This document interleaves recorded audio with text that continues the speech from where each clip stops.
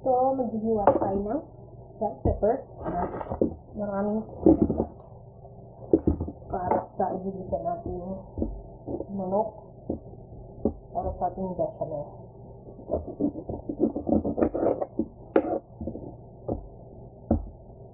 Ano ba? Wala kang kamatayin yung bechamel dito. Lagi yung bechamel. Grabe.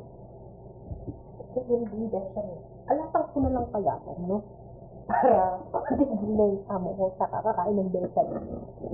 Ay, nako. Asawa na ako sa bechamel.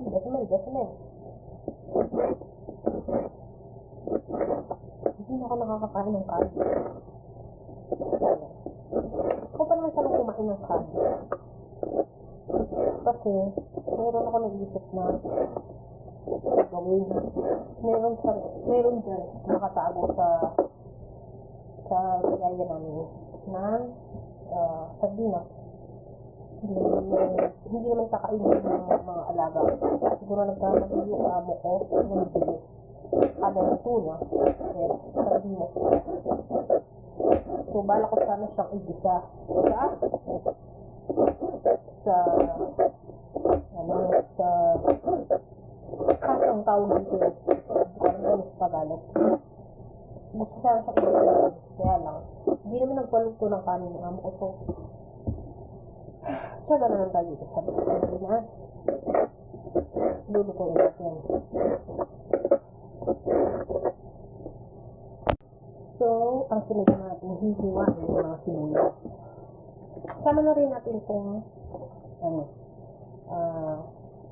tumubo sa kanila. Kasi, sarap naman ito.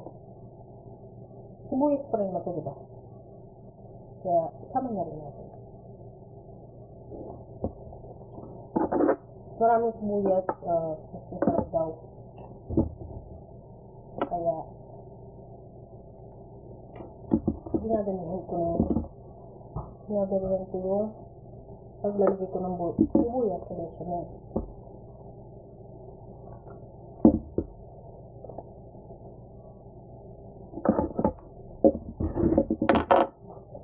Gasan na natin.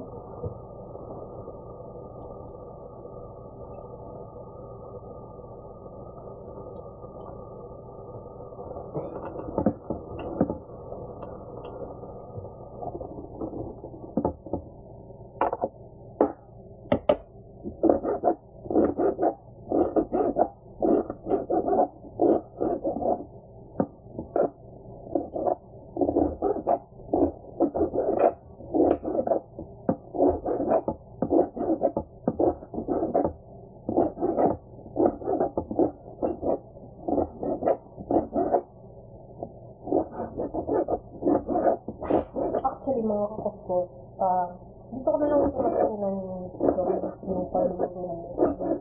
Nakita ko kung paano gawin doon sa kapatid ng amo kong babae. Nanood ko lang siya kung paano yung gawin. Tapos yun, nagaya ko na. Ngayon, may ganito ko sa dati.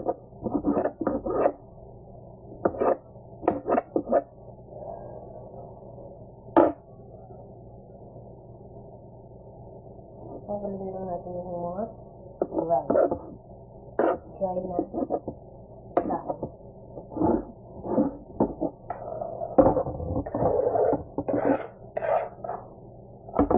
Tapos, mga sibuyas.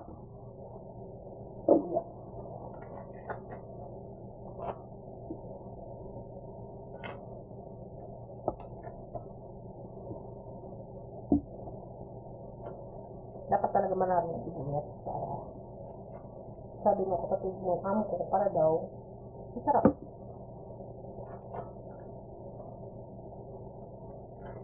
Siguro nga masarap dahil nagbis paulit-ulit ang pinapalutong amo ko to. Ako na lang yung sasawa magluto. Or ako na hindi naman sasawa lutuin. Sasawa na akong kainin pero kasi naman sa walang makain, diba?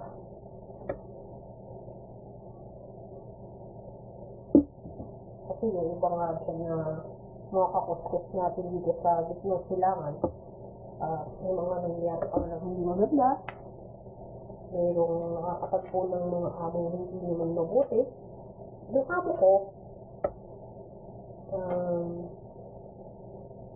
hindi ko alam kung mabait. Sakto lang. Hindi sabay topak. Ganun naman yata lahat. Lahat naman tayo, kahit naman tayo, sinutopak. Pero, pagandahan lang eh.